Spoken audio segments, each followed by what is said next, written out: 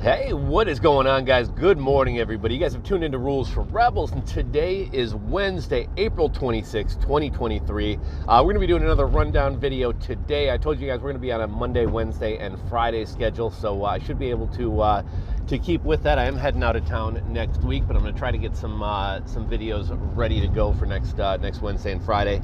But we got a lot of stuff to talk about in today's video. We're going to be talking about Amazon. I talked about a video from the Economic Ninja the other day. He had some insider information from Amazon. Amazon really knows consumers well. They really know consumer behavior, consumer psychology, and Amazon is incredibly concerned that people are starting to shift to buying needs instead of buying wants.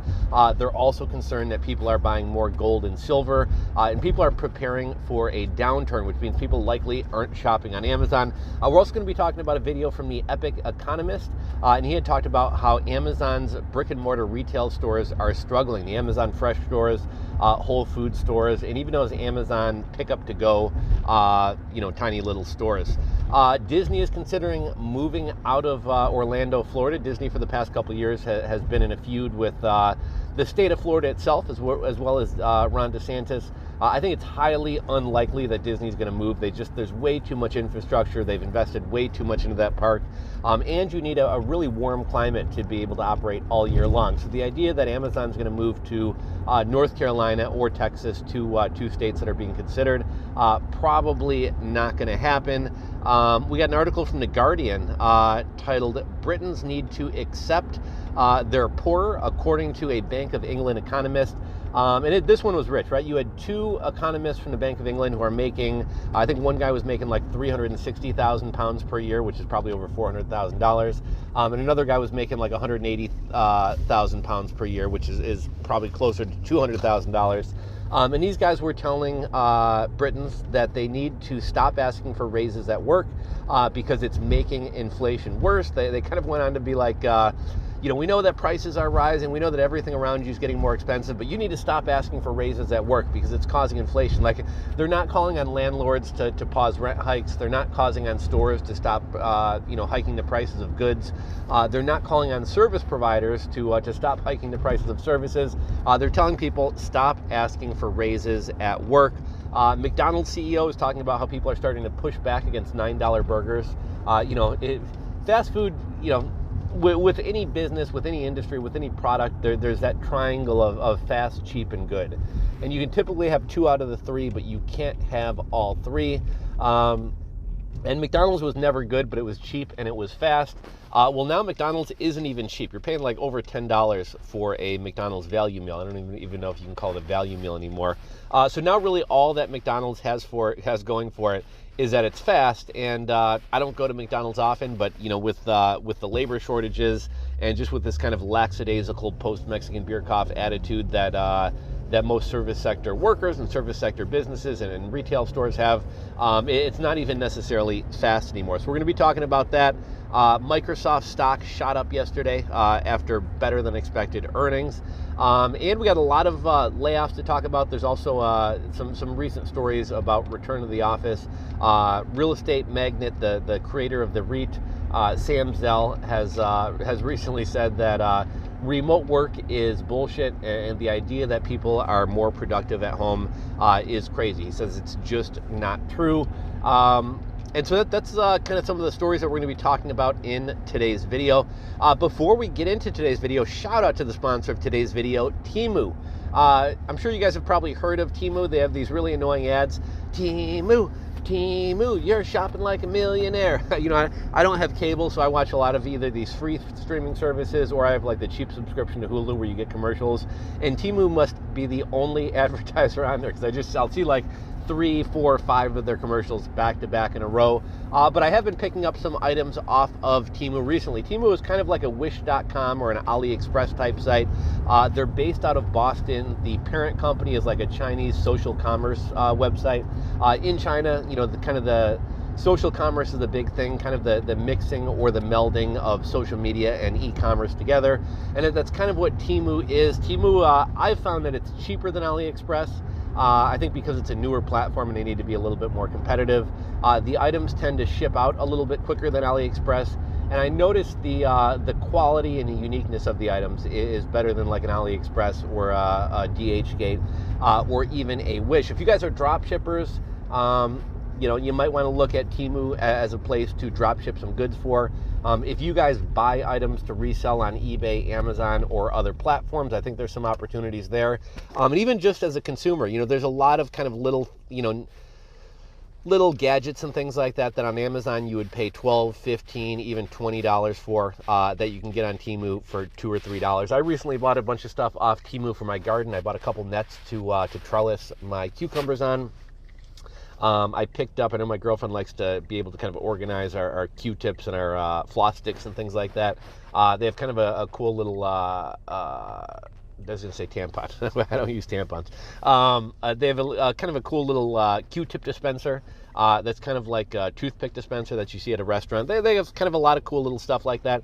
And for those of you guys out there who are affiliates, they have an affiliate program. Pays $5 per app download. So if you get somebody to download the app, you get $5. And you can also get up to 20% commission on the sales. The commission structure is a little bit cloudy. I'm trying to get some details on exactly how that works. But 20% commissions plus $5 per app download. And you can also get a 30% off coupon code to offer to first-time customers as well. So I'm going to put a link in the description box below to Temu, and I'm also going to include a coupon code. Mine is going to be OPT00196, and that will give you 30% off of your first purchase.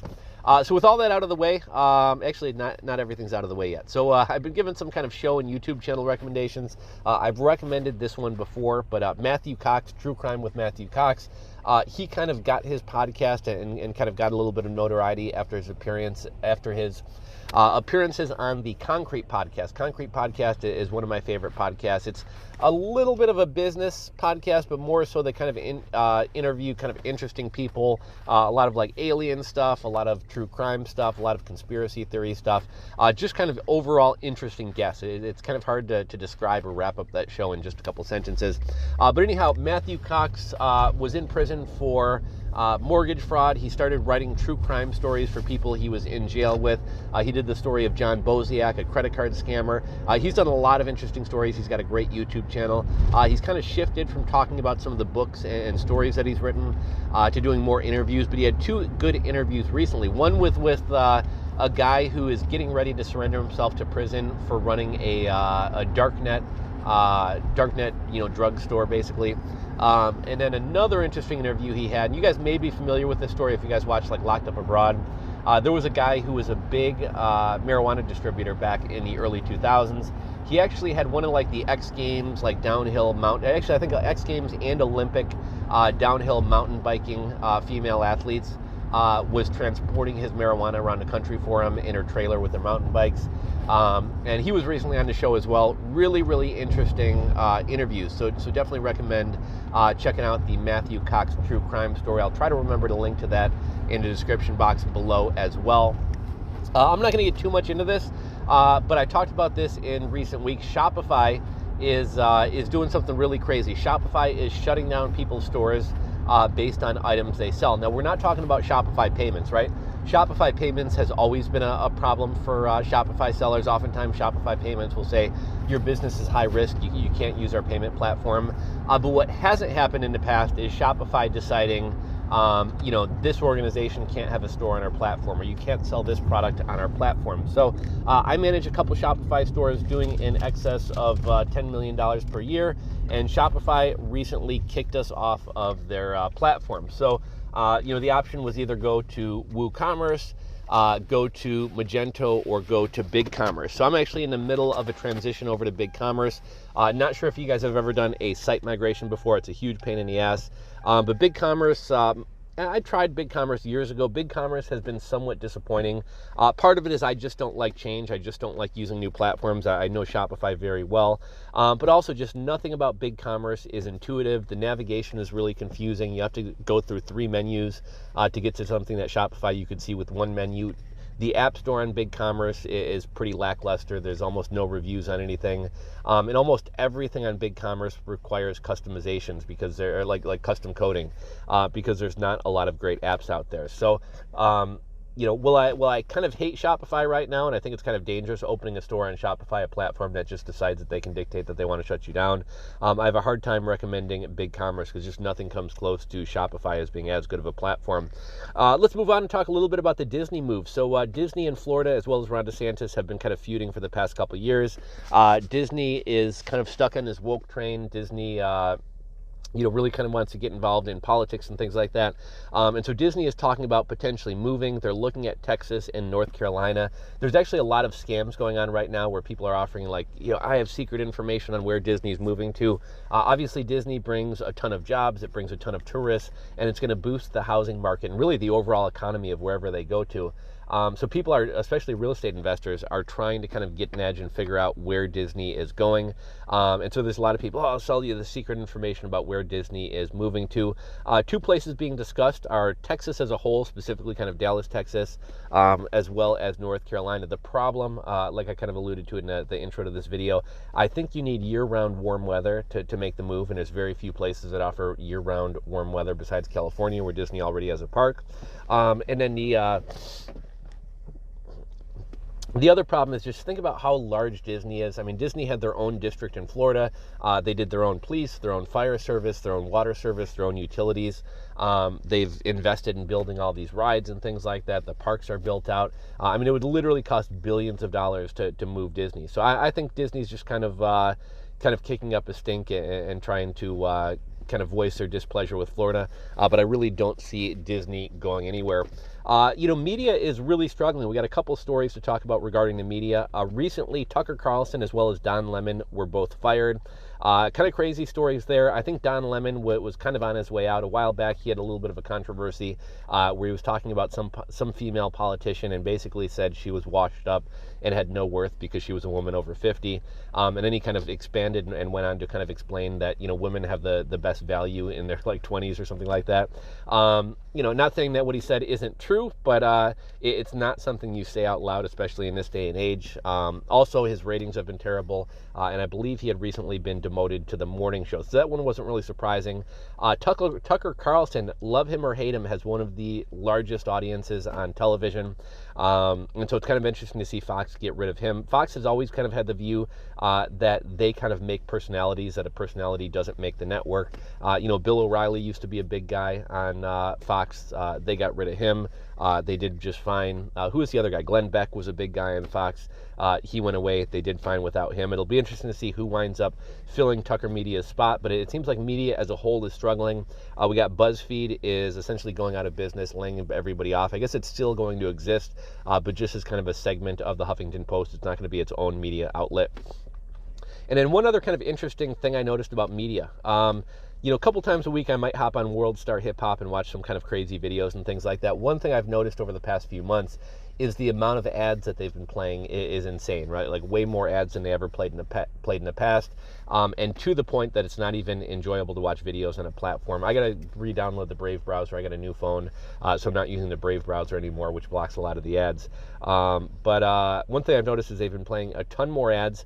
Another thing that I found interesting, you guys remember the YouTube adpocalypse, how advertisers were like, oh my God, I don't want to appear on videos about politics. Oh my God, I don't want to appear on videos about rooftoping. Oh my God, I don't want to appear on this video. And YouTube really kind of had to neuter the platform to cater to advertisers. It's really funny to me that these same advertisers, whether it be makeup companies, soda companies, food companies, whatever, all of these advertisers advertise on World Star Hip Hop. World Star Hip Hop is one of the most toxic video platforms out there. It's people getting knocked out, it's fights, it's sexual stuff.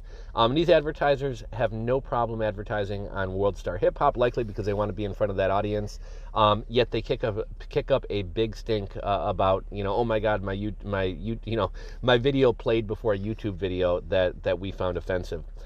This was a rich story. This one comes from The Guardian. And I'll try to remember to link to this story down below as well. The article is titled, Britons Need to Accept That They're Poor, says the Bank of England economist. Now, it's funny that these two economists are making hundreds of thousands of pounds per year, and they're telling people in England, you need to stop asking for raises because you're causing inflation. It's not our out-of-control money printing that caused inflation. It's not us keeping interest rates too low that caused inflation. It's not us that destroyed the buying power of your British pounds. No, no, we're not the problem. You're the problem for asking for raises to try to keep up with the cost of eggs going up 80%, with the cost of butter going up 60%. I believe Britain has an inflation rate. It's at least above 10%. It might be above 13%. But Britons need to stop asking for raises. I thought that was kind of interesting. And kind of in that line, I recently watched a video on YouTube. It showed up in my recommended videos. It was a woman talking, a 101-year-old grandma talking about the Great Depression. I probably won't remember to link to this video, but I would encourage you guys, watch some videos on YouTube with people who lived through the Great Depression talking about the Great Depression.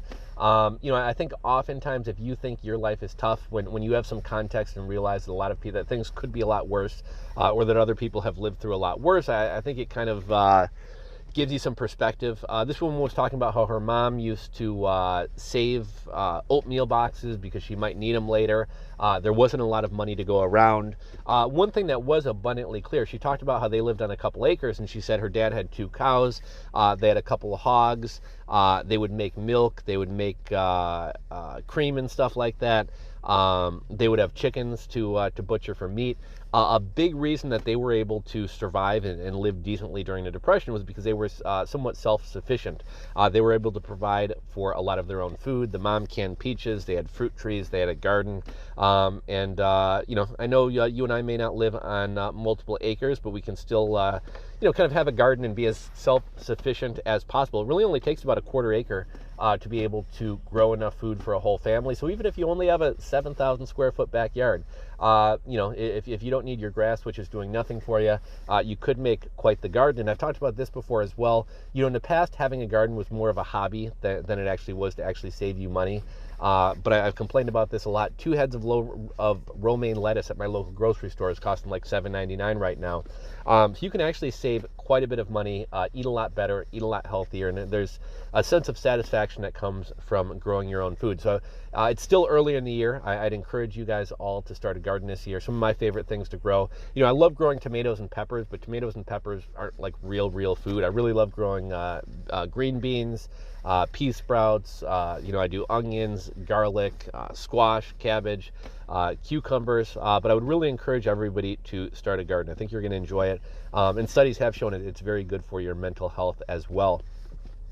We got another article. McDonald's CEO says consumers are starting to push back against higher burger prices. The average ticket price is falling at McDonald's, and McDonald's customers are not buying add-ons. That comes on top of some recent stories that 70% of Americans are feeling financially stressed.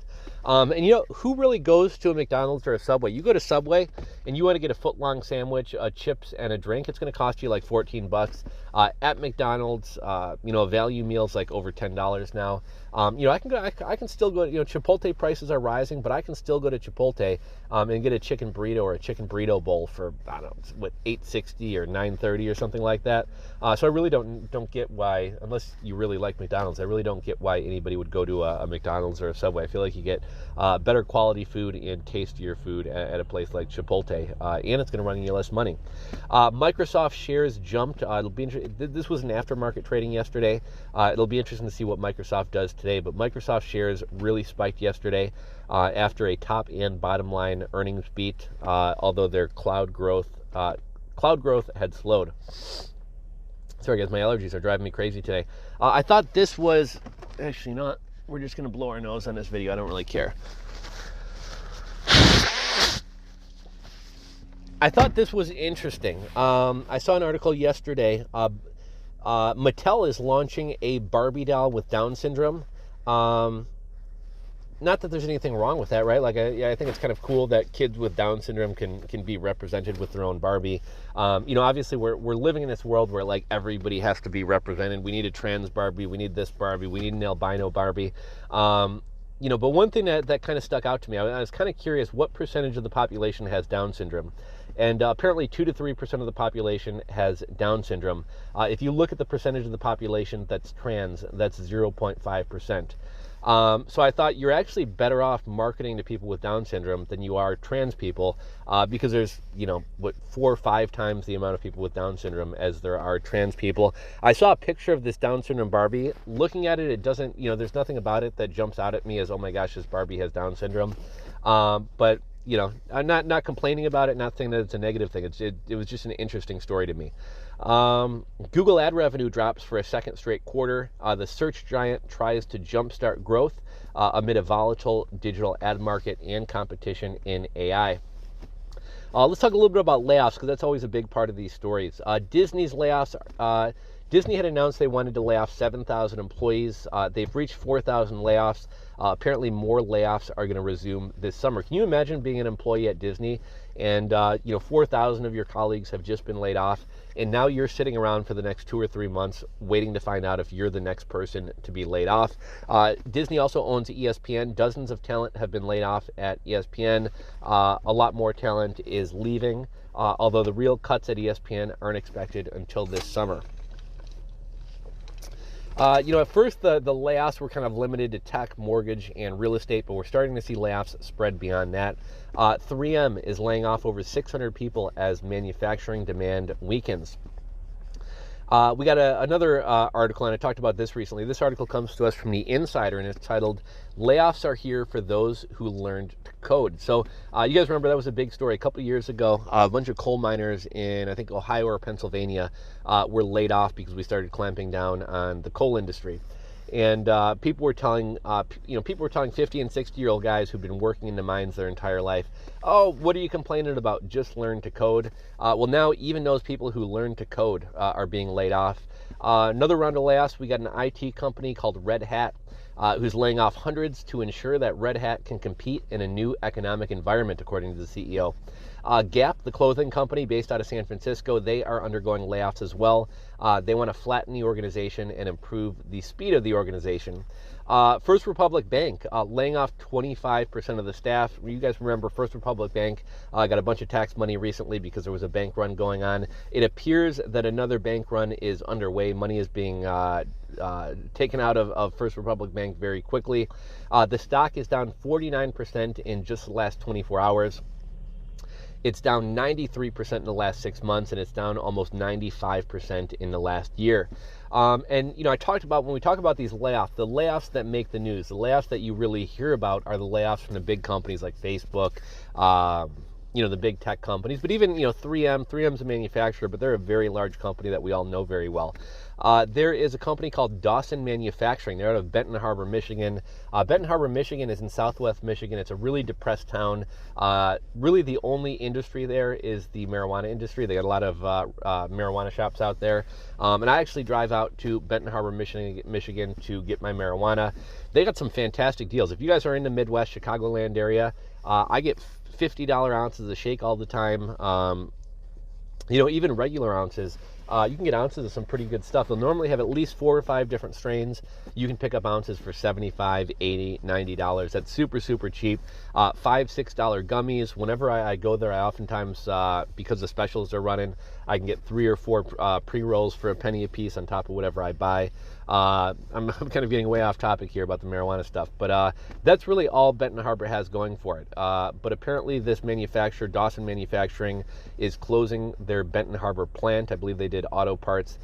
They're laying off 90 people, and this is sad, and this is really bad for this area because this is really an area that has no industry. It's really depressed. If you drive through, it's a lot of houses that are falling down, a lot of poverty, and they really need the jobs in that area. Next story, we're going to be talking about the return to office. Sorry guys, my allergies are killing me today.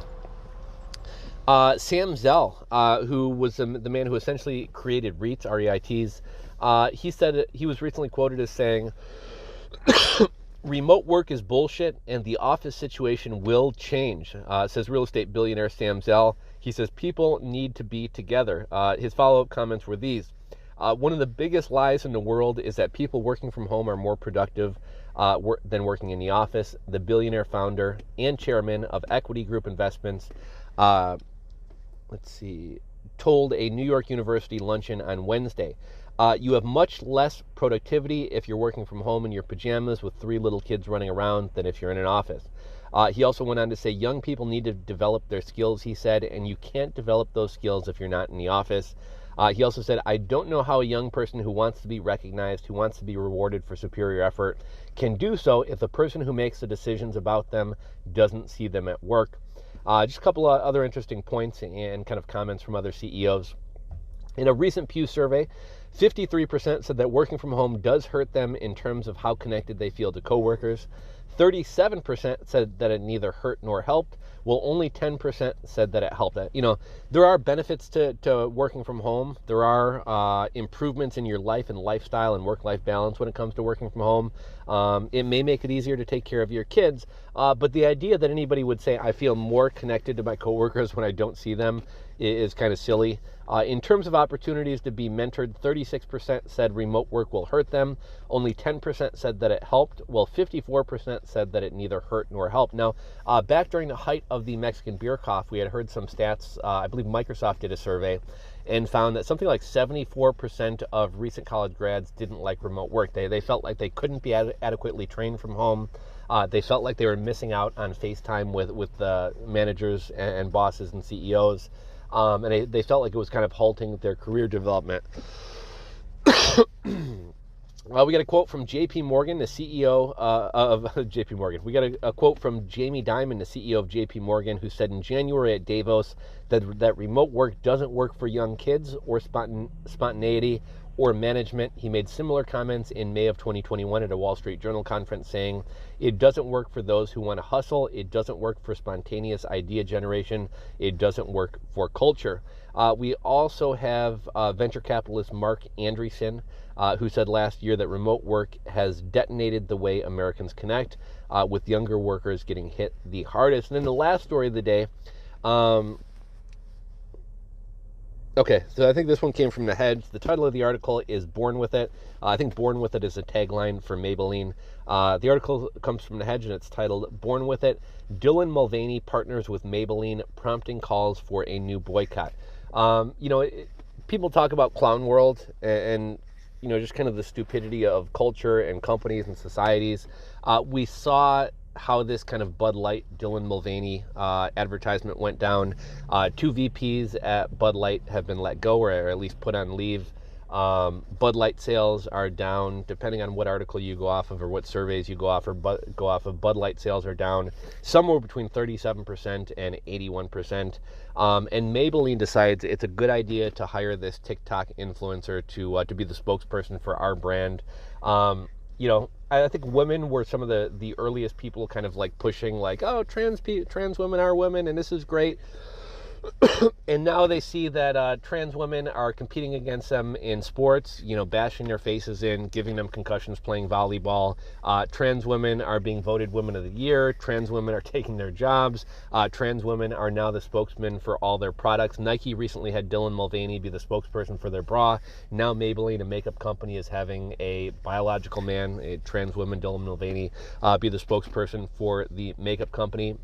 And one of the things that I think is somewhat offensive to a lot of women is this Dylan Mulvaney is like a cartoon of a woman. When during this Bud Light kind of promotion, Dylan Mulvaney was like, "Oh, I'm just a woman. I'm just a girl. I don't know anything about sports. Oh, I'm kind of an idiot." She's kind of playing the character of a ditzy idiot woman. And I think a lot of women are going to find that offensive, because a lot of women don't view themselves that way and don't want to be viewed that way. But anyhow, guys, that is today's story. We're almost at 30 minutes here, so we're going to cut this one. I was going to say cut it short. Nothing short about this video. I would love to hear your thoughts, comments, and opinions about anything and everything we've discussed in today's video, so drop those down in the comment section below. Be sure to visit our sponsor, Temu. Link in the description box below, along with a coupon code that'll save you 30% off. And if you guys are affiliates, content creators, bloggers, check out their affiliate program. They also have an influencer program where you can get free products to review. You can also find info about that at this link as well. And if you guys enjoyed today's video, give it a thumbs up. And if you're not subscribed to the channel and want to get kind of these updates as well as other content, at least Monday, Wednesday, and Friday, sometimes even more frequent, make sure to hit that subscribe button down below and ring the bell. That's all I got for you guys today, and I will catch you on the next video. Later, guys. Peace.